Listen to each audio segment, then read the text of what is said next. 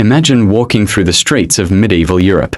Towering cathedrals, bustling marketplaces, canals filled with merchant ships. These cities didn't just rise by chance. They were born from trade, money, and the power of banks. This is the story of how commerce built Europe's great cities. Cities aren't just collections of buildings. They are engines of economy, culture, and innovation. In medieval Europe, most people lived in the countryside, working as peasants under feudal lords. Villages were small, isolated, and slow to grow. Yet, in a few special locations, towns began to expand, fueled not by kings or armies, but by trade. Trade was the lifeblood of these new urban centers. Merchants brought incredible goods from distant lands: spices from India, silk from China, timber from Scandinavia, wine from France. This trade created immense wealth, and wealth demanded infrastructure: marketplaces, warehouses, roads, bridges, and ports. But wealth alone wasn't enough. Trade is risky. Ships sink, goods spoil, and debts go unpaid. To thrive, traders needed systems of trust. And this is where banks entered the story.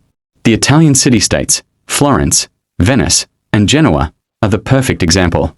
By the 12th century, they were thriving hubs of commerce.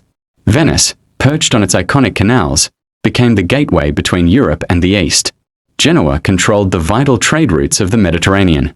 And Florence, though inland, became a banking powerhouse that would change the world. Banks were not just places to store money. They were engines of commerce. Merchants could deposit their money, write bills of exchange, and transfer funds across borders without carrying heavy, risky coins.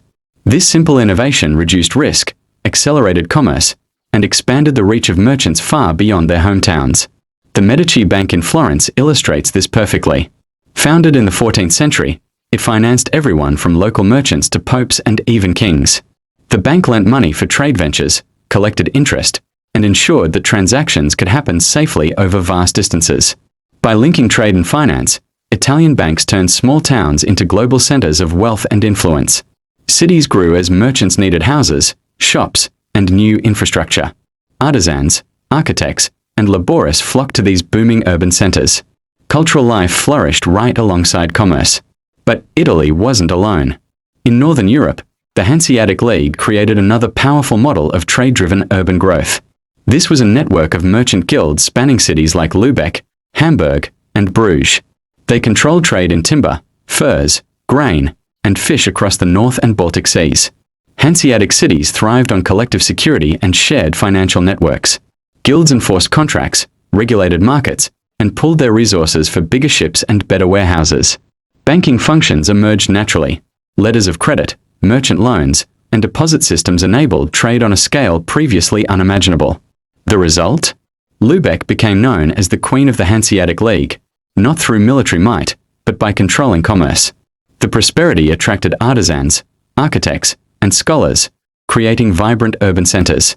Trade and banks shaped the very look and feel of cities in practical ways.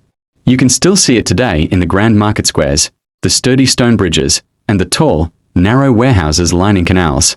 Financial institutions themselves became architectural landmarks. Wealthy merchants built grand houses, palaces, and civic buildings. Churches, cathedrals, and guild halls were built to reflect this newfound economic prosperity. Many of these public projects were funded directly by banking profits, linking finance to urban development. Credit was the secret weapon. It was revolutionary. Instead of waiting decades to accumulate wealth, merchants could borrow capital to expand their fleets, invest in long-distance trade voyages, and fund massive construction projects. They could leverage capital to grow quickly. Banks facilitated this by providing letters of credit, loans, and investment structures. A merchant in Florence could finance a shipment to Bruges without physically carrying a single gold coin. This reduced risk and encouraged international trade, which in turn fueled explosive urban growth. Streets became lined with shops, workshops, and warehouses. Artisans and laborists followed the money. Trade became a magnet for population, talent, and culture. This economic growth also transformed city life. Wealthy merchants gained political influence. In Venice, the merchant class effectively ran the entire city-state. In Florence, the Medici family parlayed their banking success into political dominance and became the greatest patrons of Renaissance art. Financial security allowed merchants to invest in science, exploration, and architecture. Venice built its monumental canals. Florence supported the artistic genius of the Renaissance. Amsterdam later created the world's first modern stock exchange.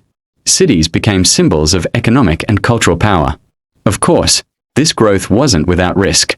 Market collapses, currency debasements, and speculative bubbles could cripple cities. But the cities that survived these crises often emerged stronger, with improved financial regulations and more robust credit systems. The models pioneered in Italy and Northern Europe inspired cities across the continent. London, Paris, and Amsterdam all became financial hubs in their own right.